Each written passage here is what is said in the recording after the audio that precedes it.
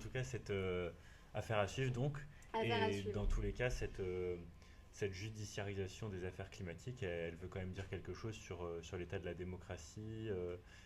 Et également, ça pose aussi des questions sur le pouvoir du juge d'enjoindre à l'administration d'agir sans avoir la légitimité du suffrage derrière lui.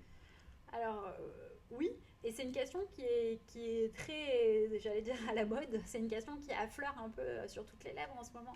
Celle du rôle de la justice et de son articulation avec les représentants politiques et avec le politique en général, l'ensemble de ses personnels. Alors, il faut toujours se rappeler que, premier élément de réponse, la justice administrative, elle est née pour contrôler l'État. En fait, non, elle est née d'abord pour contrôler La bonne application du la bonne droit. application du droit par les entités infra-étatiques au XIXe siècle. Mais aujourd'hui, on va dire, depuis la fin de la Seconde Guerre mondiale, son travail, c'est de vérifier que l'État respecte le droit. C'est son travail habituel.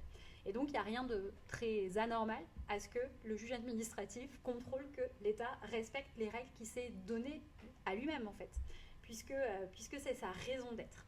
Ce qui, en revanche, est assez récent, c'est la place de la société civile et les usages que va faire la société civile de l'action judiciaire. Ça, c'est vrai que c'est assez récent. Pourquoi ? Parce que, alors il y a de nombreux sociologues qui ont essayé de réfléchir pour comprendre pourquoi justement, selon les cultures juridiques, on se saisissait, quand on était de la société civile, plus ou moins de la justice pour protéger ses intérêts. Et ce qui est apparu, une des thèses en fait, qui aujourd'hui fait un peu consensus, c'est l'idée que là où la société civile a l'habitude de recourir à la justice pour faire valoir, pour protéger ses intérêts, c'est là où l'État n'est pas en charge spécifiquement de la protection de ses intérêts. C'est dans le cadre d'États qu'on pourrait dire minimaux ou très libéraux, qui ne prennent pas en charge un ensemble de politiques publiques de façon très forte. Et finalement, paradoxalement, cette réserve de l'État a outillé la société civile dans la défense de ses propres intérêts. Ça a eu un effet un petit peu mécanique. Nous, en France, évidemment, on ne correspond pas du tout à ce modèle. On est dans un modèle dans lequel c'est l'État même qui a construit la nation. On a pu lire ça sous certaines plumes. L'État, il est très investi dans la défense de l'intérêt général et il assume de très nombreuses politiques publiques. Et donc, c'est vrai que voir ces actions émerger, pour nous, c'est assez curieux parce que ça ne fait pas partie de notre tradition juridique ni de notre culture juridique. En, en revanche, du coup, la mobilisation de la justice, c'est quelque chose d'assez classique chez les associations, notamment de défense de l'environnement et spécifiquement en matière environnementale. Ça fait partie de ce qu'on appelle la démocratie environnementale. C'est un droit qui est reconnu par les associations, à côté du droit d'accéder à l'information, de participer à l'élaboration. En amont et en aval. Exactement, des décisions publiques, et 3, d'accéder à la justice pour protéger l'environnement. Donc en matière environnementale, il y a toujours eu quand même, depuis la Convention d'Aarhus et même avant, un lien très fort entre l'accès au prétoire et le milieu associatif de défense de l'environnement. Ce qui change de mon point de vue, c'est les usages faits de la justice. Alors ici, il y a deux auteurs nord-américains, parce que ça n'étonnera personne, vous l'aurez compris, c'est plutôt aux États-Unis que sont apparus en premier ces usages de la justice.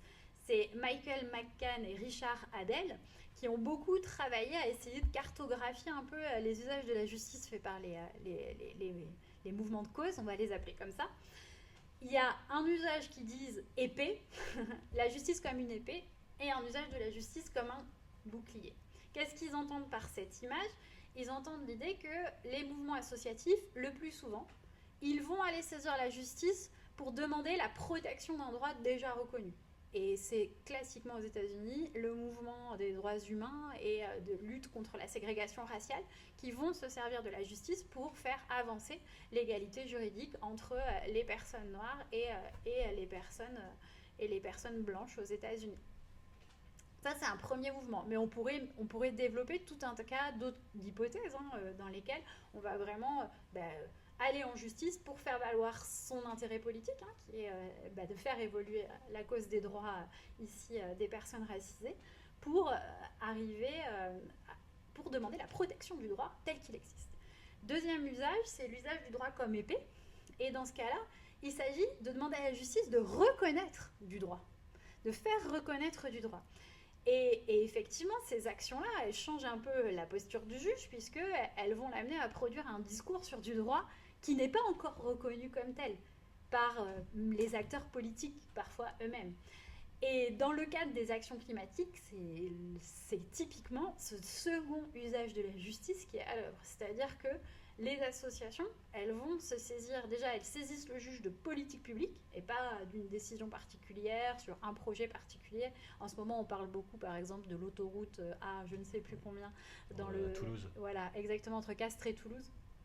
On parle beaucoup. La 56, je crois. Voilà, la 50, je ne sais plus quel est le numéro de cette peut-être future autoroute.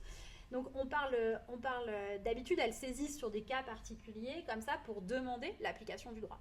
Et là, avec ces recours climatiques, ça change complètement d'envergure puisqu'elles saisissent le juge pour d'une action lui demandant, visant une politique publique et lui demandant de reconnaître que du droit existe. Parce qu'il existe, c'est ça tout le paradoxe. Hein. Encore une fois, le juge, il ne statue pas sur du vent. Comme je vous le disais tout à l'heure, il y a tout un ensemble d'accords internationaux, de règles du droit de l'Union européenne, d'objectifs fixés par... A69, pardon. A69. A69. Voilà, on corrige. Donc il y a tout un ensemble de textes qui existaient, mais dont on ne savait pas s'ils étaient juridiques, parce qu'on se disait « Ah oui, mais non, comme c'est des objectifs, c'est pas contraignant, mais on n'est pas sûr. » Donc voilà, ça pose... Effectivement, c'est un autre usage de la justice. Alors après, est-ce que c'est légitime ou est-ce que c'est pas légitime? Alors, ça, c'est une question que les juristes n'aiment pas tellement affronter, parce que nous, on déborde sur le politique. Exactement. Nous, on raisonne comme des juristes. De mon point de vue, qui n'est que mon point de vue, demander l'application de règles de droit à l'État, c'est pas politique. Tout dépend de la portée de ces normes que l'État a voulu accorder à ces normes. Mais la question, c'est est-ce que quand l'État s'engage sur un texte, avec des règles, que ce texte énonce un ensemble d'obligations, est-ce qu'il peut faire semblant de s'engager? C'est ça la question qui est posée en fait. Finalement, c'est ce qui ressort de certains débats par rapport à la préparation de la charte de l'environnement, c'est que c'était des droits créances parce que l'État ne voulait pas trop s'engager sur la question. Oui, effectivement. Il ne voulait pas que ce soit directement invoqué devant les juridictions.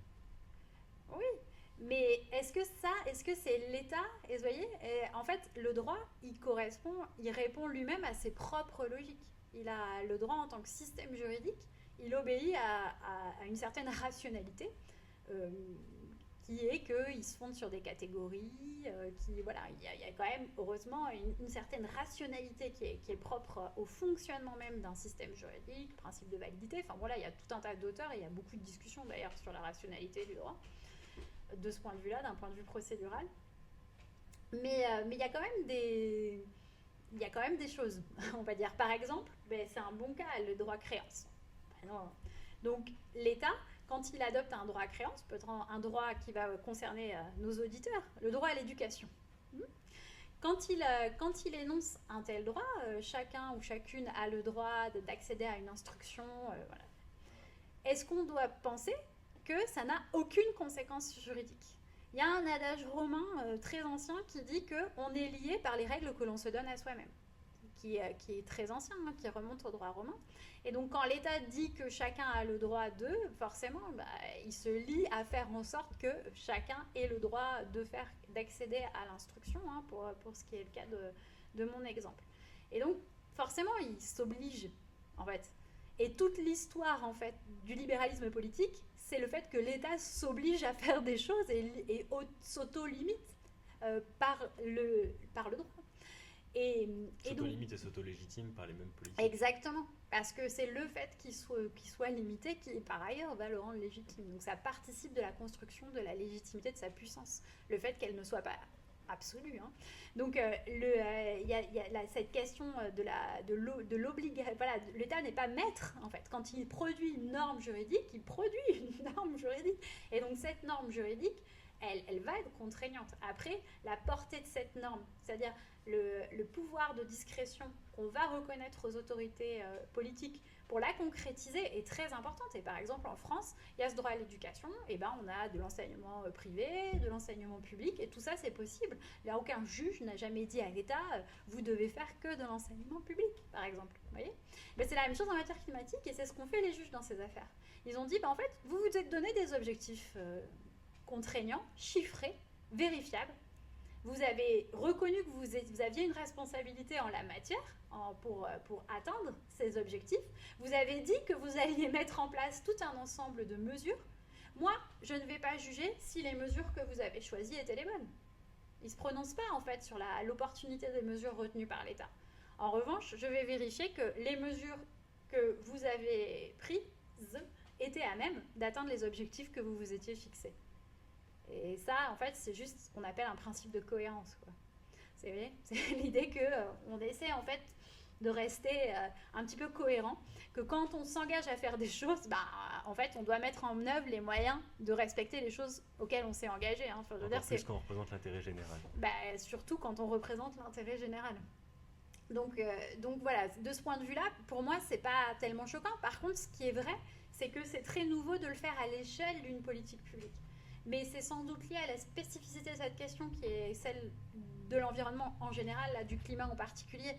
C'est une question qui embrasse un ensemble de politiques publiques. Atténuer le changement climatique et donc diminuer les gaz à effet de serre, ça ne va pas se faire en une question d'autoroute, vous voyez. Ça participera, ça c'est sûr, de cet objectif, mais c'est pas comme ça qu'on peut faire produire un discours et contraindre l'État à prendre des mesures suffisantes pour atteindre ces objectifs. Il faut viser plus large. Mais c'est vrai que ça pose question, hein, c'est vrai. Et pour les associations, il faut voir aussi que l'action judiciaire, elle a beaucoup d'intérêt parce qu'elle est médiatisée, elle peut se feuilletonner, parce qu'il y a plein d'étapes dans un procès, et donc ça permet de juger de la médiatisation. Avec une couverture médiatique importante. Exactement, ça se feuilletonne bien. Ça donne accès quand même à un débat contradictoire, c'est-à-dire qu'on va pouvoir éprouver par le droit la légitimité de ces revendications. Si le droit vous donne raison, en fait, vous n'êtes plus un bobo écolo avec un pull qui gratte, vous êtes quelqu'un qui revendique quelque chose qui est juridiquement revendicable, vous voyez, et du coup, ça participe de la légitimation des intérêts dont vous êtes porteur, puis ça permet un débat. C'est vrai qu'on est dans une société où les espaces de vrais débats, hein, de fond, argumentés, qualitatifs, sont assez rares. Et le tribunal, par sa procédure, c'est un de ces espaces où on va vraiment débattre au fond. On va pouvoir argumenter de façon sérieuse. Et donc, ça permet aussi ça. Et enfin, dernier outil, c'est que c'est un moyen de pression, le tribunal. Pourquoi ? Parce que le juge, il a un pouvoir qui est un pouvoir d'injonction. Et ça, c'est pas un pouvoir qui s'est donné lui-même, hein. C'est la loi qui lui a donné ce pouvoir de prononcer des injonctions à l'endroit de l'État. Il y a une phrase, moi, que je dis souvent aux étudiants que j'ai en cours, qui est c'est une phrase de Rivero, qui disait que c'était pas facile, voilà, de retourner la hache contre celui qui la porte à la ceinture. Mais en fait, c'est ce que permet le pouvoir d'injonction. La hache, hein, c'est l'État qui la porte, c'est lui qui a le monopole de la violence légitime. Et le pouvoir d'injonction du juge, c'est je retourne la hache contre l'État pour le forcer à agir. Et ça compte aussi dans le cadre d'une pression et d'un contrôle exercé par la société civile sur l'action publique.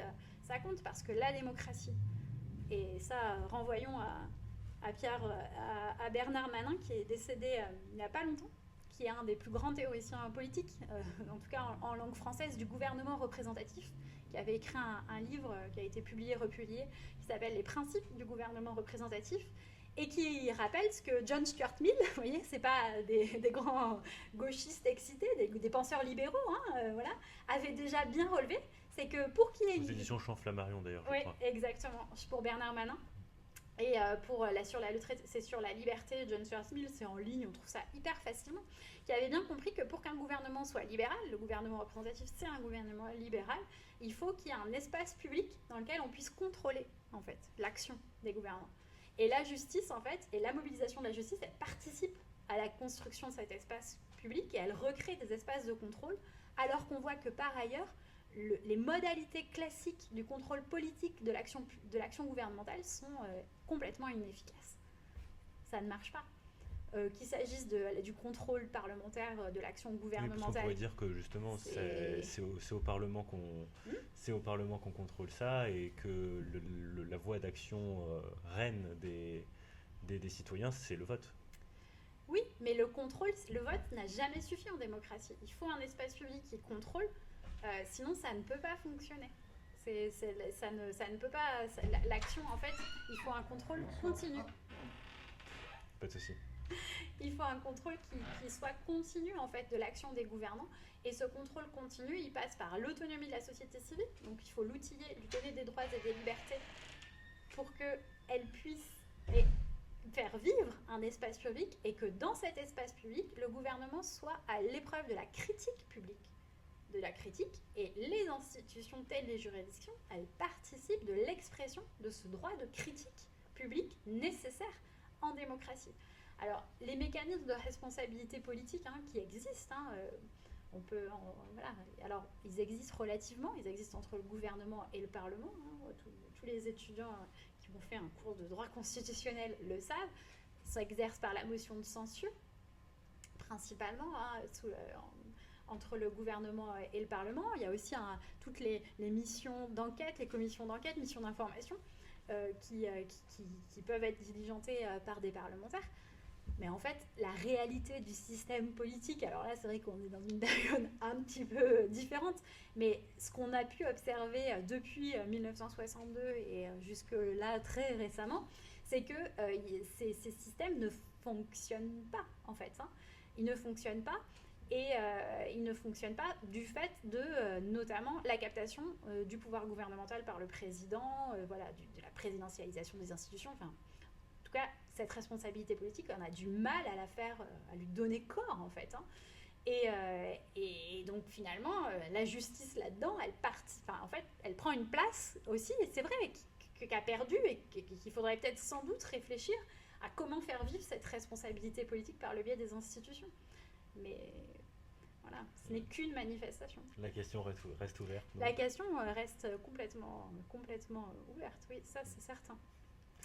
Et c'est sur cette interrogation que nous allons clore le premier épisode de ce podcast consacré au droit. Donc, je vous remercie beaucoup d'avoir accepté. Merci à vous. C'est pour le premier épisode pilote, qui aura le mérite d'exister avec ses imperfections, mais on verra, je pense que... On demandera l'indulgence des auditeurs et auditrices. Merci beaucoup. Au revoir.